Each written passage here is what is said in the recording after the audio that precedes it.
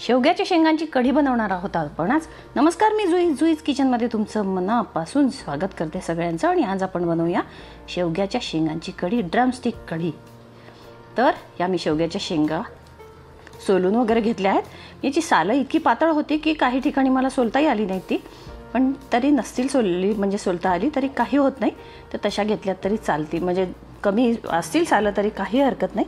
थोडीफार सालं काढून घ्या आणि जेवढे जर राहिलेच असतील सालं तर काही हरकत नाही. आपण आता याच्यामध्ये पाणी घालून घेणार आहोत आणि त्याच्यामध्ये हळद आणि मीठ पण घालून घेणार आहोत आणि ते शिजायला लावूया असंच भांड्यामध्ये. हे बघा, मी मीठ टाकते आहे याच्यामध्ये आणि थोडीशी हळद पण टाकूया आपण, कारण कढीमध्ये नंतर आपण हळद टाकणार नाही आहे. तर त्यामुळे अगदी स्लाईडची आपण हळद टाकलेली आहे. आणि आता मी हे गॅसवर ठेवते आहे, झाकण ठेवून.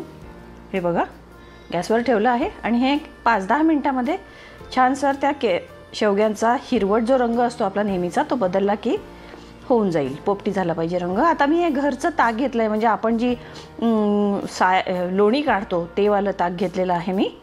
आणि याच्यामध्ये थोडंसं दुसरंही दही मिसळलं होतं मी, तर ते पण नीट गाठी मोडून घेतल्या आहेत त्याच्या. आता आपण ह्याच्यामध्ये टाकूया मीठ. आणि शेवग्याच्या शेंगांनाही मीठ लावलं आहे त्यामुळे मीठ जरा जपून. आणि आता याच्यात आपण बेसन टाकूया थोडंसं. आणि बेसनाच्या या मी गुठळ्या नीट मोडून घेते आहे छानशा. ह्याला काहीही टाकलं जात नाही दुसरं एक्सेप्ट मिरची आणि कोथिंबीर, कारण याला स्वतःची आपली अशी स्वतःचीच एक छानपैकी चव असते शेवग्याच्या शेंगांची. आणि ते उकळता उकळता सगळं त्या पाण्यामध्ये शेवग्याच्या शेंगांची चव उतरते, फ्लेवर पण उतरतो. त्यामुळे दुसरं काही या कढीला मानवतच नाही, इतर फ्लेवर्स वगैरे. त्यामुळे घालण्याच्या भानगडीतही पडू नये. नो आलं अँड नो लसूण, काहीही घालायचं नाही आहे आपण याच्यामध्ये. छानपैकी ह्या बेसनाच्या मी गाठी मोडून घेतलेल्या आहेत. आणि आता आपण बघूया शेवग्याच्या शेंगा शिजत आल्या आहेत का. हे बघा, झाकण काढते याच्यावरनं. बघा, पाणी बऱ्यापैकी आटलं आहे आणि त्याच्यामध्ये मस्त शेवग्याच्या शेंगांचा रंगही बदलला आहे. आणि त्या पाण्यामध्ये सगळं मस्तपैकी असा ज्यूस उतरला आहे. गर म्हणजे काय म्हणतात त्याला, सत्व शेवग्याच्या शेंगांचं. ते पहा, ते पाणी. आणि हे पाणी आपल्याला कामाचं आहे खूप. तर त्यामुळे पाणी बिणी काढायचं नाही आहे याच्यातलं. याच्यातच त्या पाण्यातच खरी चव असणार आहे. मी गॅस बंद करून घेतला आहे आणि झाकून ठेवून द्यावं आपण. आता आपण फोडणी घालूया कढीला. तर एका भांड्यात मी तूप टाकते आहे थोडंसं. आणि याच्यामध्ये काहीही नाही, थोडासा हिंग घालणार आहोत फोडणीला आणि मोहरी. तर आपण आधी मोहरी घालूया थोडीशी.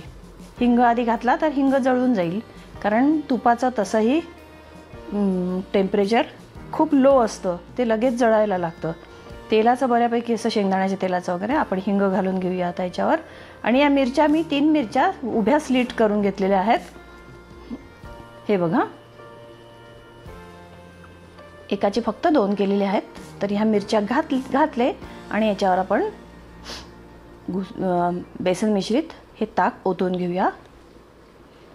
आणि याबरोबरच आपण शेंगा पण याच्यात टाकून घेऊया या पाण्यासकट. मस्त. आता थोडंसं मी वरून पाणी वगैरे ॲड करून देईन याच्यामध्ये. आणि आपण नंतर कोथिंबीर पण याच्यात टाकूया. गॅस मोठा करून घेतला आहे मी.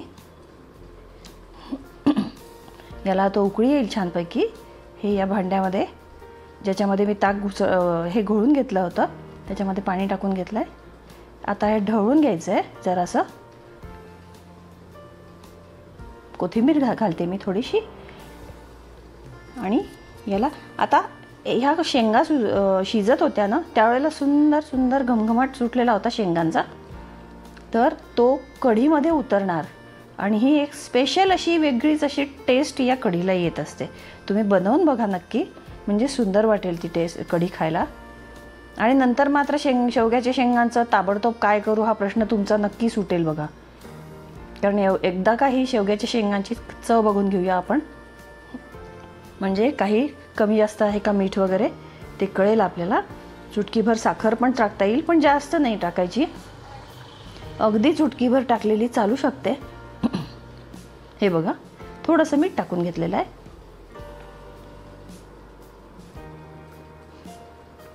अगदी थोडं. आणि याला एक छानपैकी उकळी येऊ देऊया. चुटकीभर मी आता साखर पण टाकून घेतलेली आहे. आता याला छानशी उकळी आली पाहिजे.